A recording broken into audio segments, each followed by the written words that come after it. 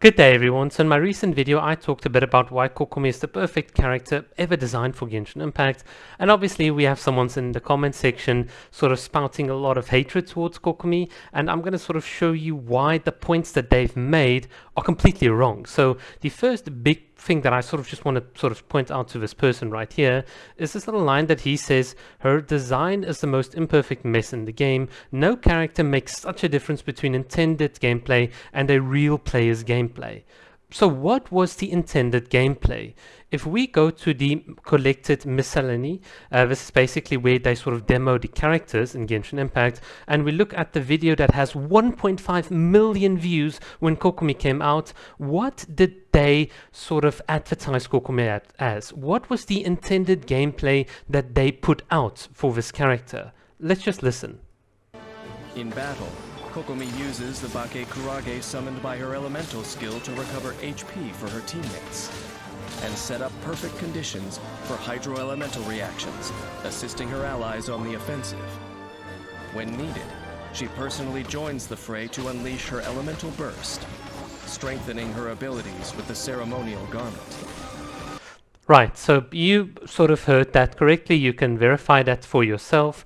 In essence, Kokomi uses the jellyfish to heal and to set up elemental related reactions or hydro related reactions, and then when needed she can join the fray and offer stability to the team by doing a bit of damage during her elemental burst. This was always the intended gameplay style. The intention was always to set up your healing, your elemental reactions, and to provide team stability. It is made so clear in this trailer. It's one of the big things that they kind of sort of point out. So I'm very, very sorry, but the way in which we really play her and the sort of intended gameplay is in sync. It's exactly what was advertised to about 1.5 million people. So no, I cannot agree with this. This is precisely why this person is wrong.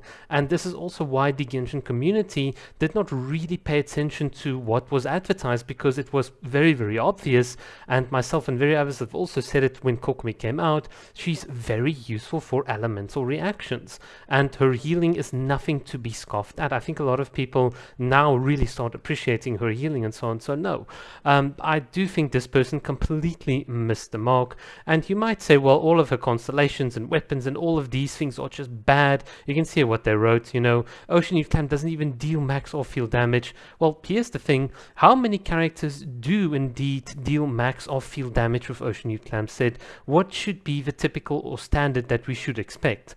Well, if you kind of look at it, Kokomi is the one that can consistently or most consistently get the most out of it from all of the characters in the game. So that's a very moot point. But you might have said, well, her constellations and all these things are bad, but let me introduce you to someone other than myself.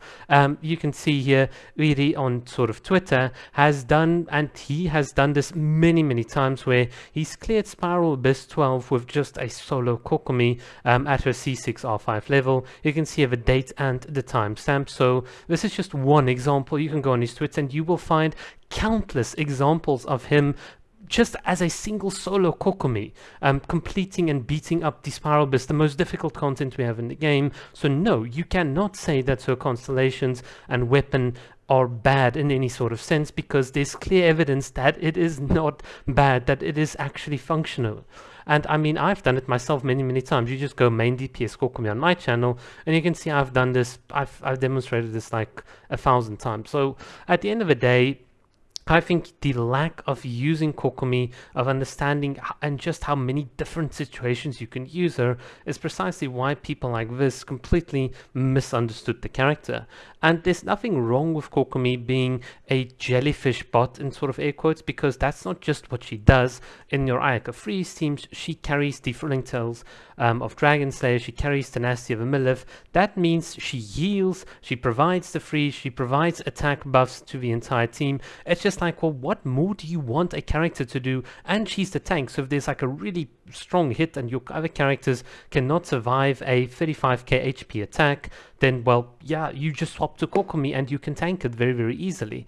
the point is, Kokomi does so many things, and to argue that, well, she's bad design because she's just a jellyfish bot really shows me that you don't know how to use her. And the cool thing about being a Nilo driver is that she's completely destabilizer. Once again, coming back to what is here, she's such a strong stabilizer, and she's the main damage dealer effectively in sort of the Nilo sort of teams.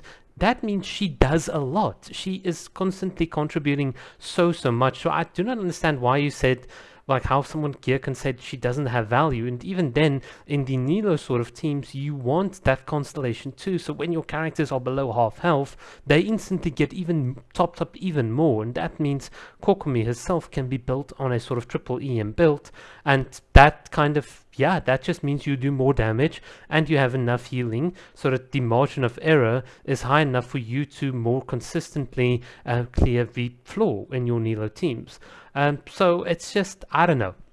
I think when you really get to the heart of what Kokomi does, everything that's been sort of stated here is completely false. And like I said, you know, if you can feel however you want about the design, that is always subjective, but the combat of Kokomi is super solid. There are definitely states in the game where it would be nice if a jellyfish could move around, but then there are other situations where if her jellyfish did move around, you would also be not really benefiting yourself. So in a certain sense, I cannot really agree with this.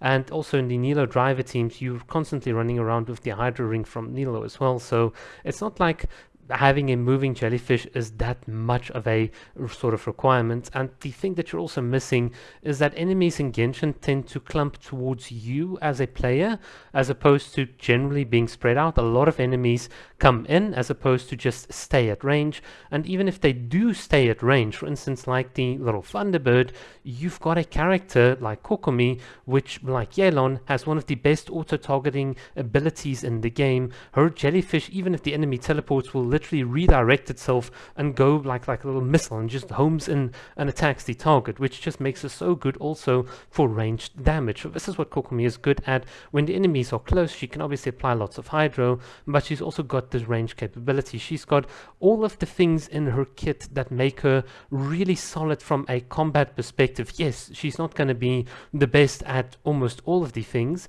but being good at a lot of different things means she's an enabler in a lot of environments, and that ultimately gives her such a good design because the value you get, proportional to what you get out, is just enormous. So no, I cannot agree with any of what's said here, and I do think this clearly speaks to someone that does not know Kokomi at all.